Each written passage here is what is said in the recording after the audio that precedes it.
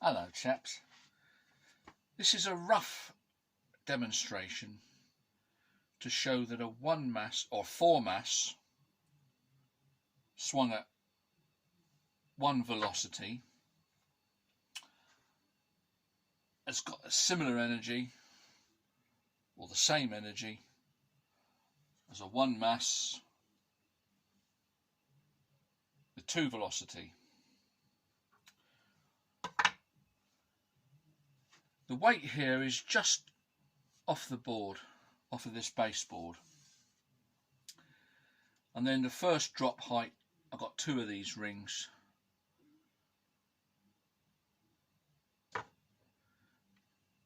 This is the marks, 1, 2. Yeah, it's not perfect, it does twist a little bit. So I've got 2 rings here, and then for double the velocity I've got 4 times that, or 4 2s are 8. Make sure my maths right. And I've got this little bit of foam here, very important. Without that foam, the higher velocity mass is at a real disadvantage, because the impulse force, if you like, is divided by the time of impulse. So something going much quicker, there's much more shock. So with that bit of foam, it's giving the 2 velocity mass a fairer fight. It's allowing it to transfer its energy much more nicely, for want of a better word, without the loss due to shock.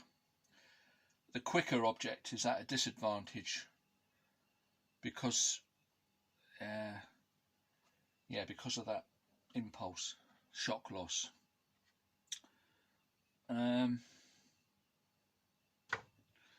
It's roughly going to this second line, the 4 mass, 1 velocity.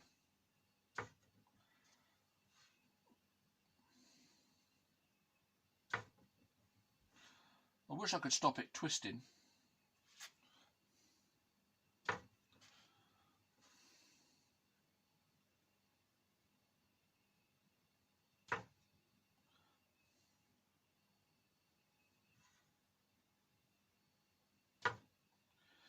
You can see there that with repeating it might be boring, but we're getting an indication there. Now,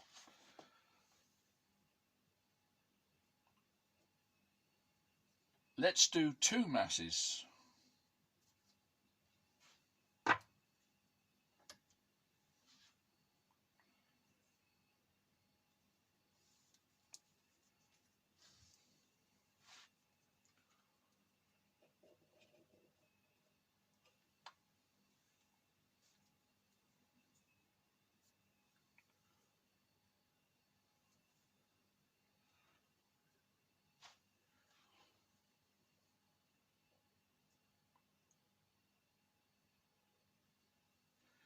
And I've got 2 loops on the string to compensate for the stretch. Obviously with the 4 mass it stretches the string greater. So it's just above the baseboard again, 2 masses at 1 velocity.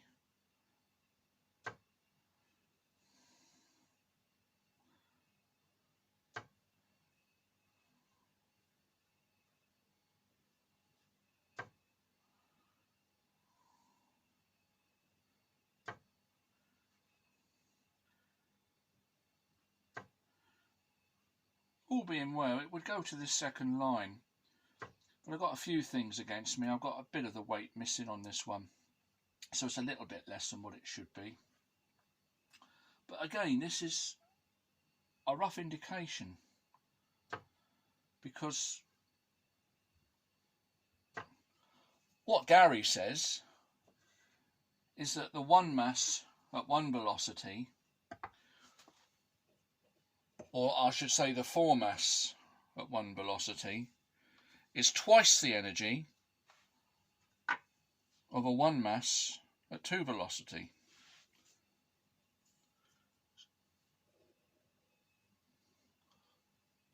But what science says is that they're the same, because of kinetic energy, of course.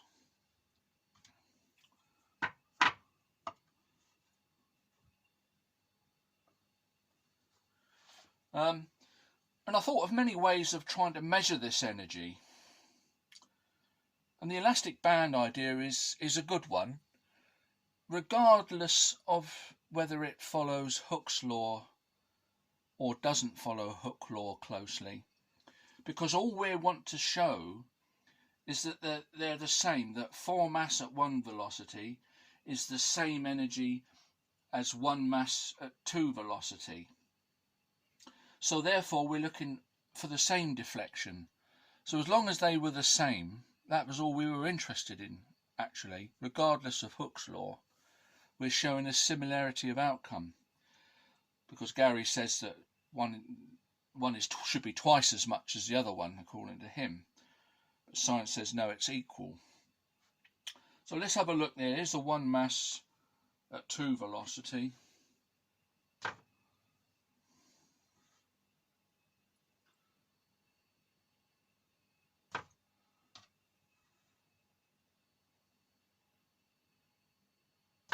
It's immediately clear we're getting much further than this halfway line where the 2 mass at 1 velocity was going,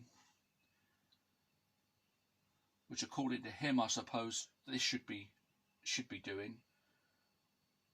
But no, it's equivalent to the 4 mass at 1 velocity, as predicted.